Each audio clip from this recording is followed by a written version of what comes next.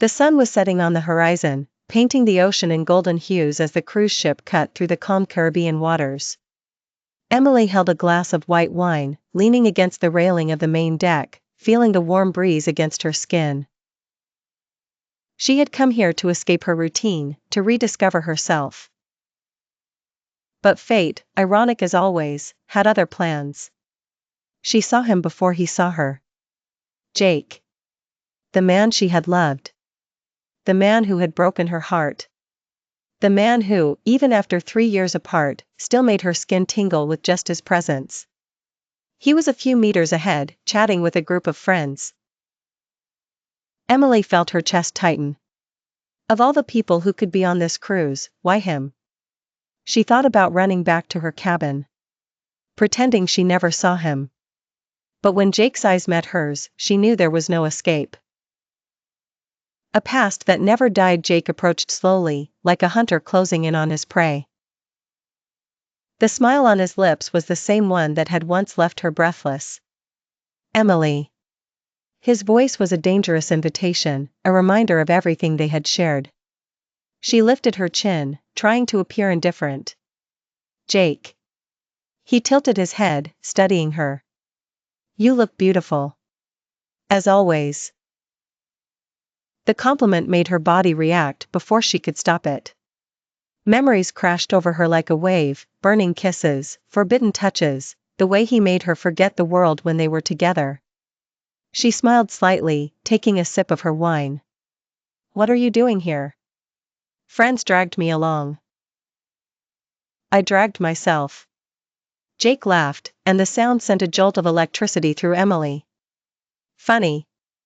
I always thought we'd run into each other again. The universe has a cruel sense of humor. She raised an eyebrow. Cruel? Why? I thought you were doing just fine without me. His eyes darkened.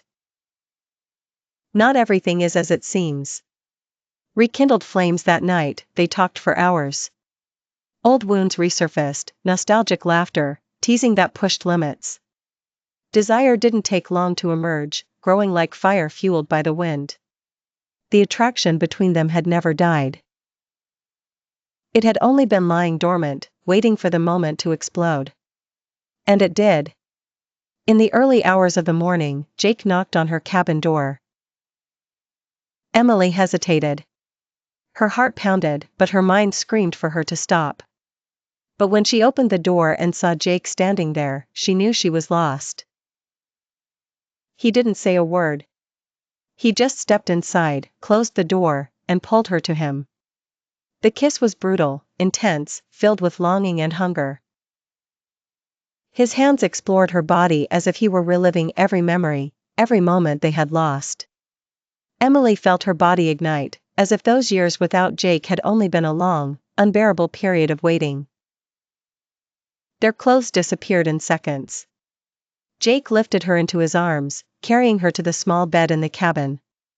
His body fit against hers in a way that shouldn't have been possible after so much time. But it was. And it was perfect. Desire and consequences. The next morning, Emily woke to the sunlight streaming through the cabin curtains. Jake was beside her, watching her with a lazy smile. This was a mistake, she said, her voice still husky. He ran his fingers through her hair. Was it? She sighed, rolling onto her side. We can't do this again. Jake was silent for a moment, then sat up, running a hand over his face.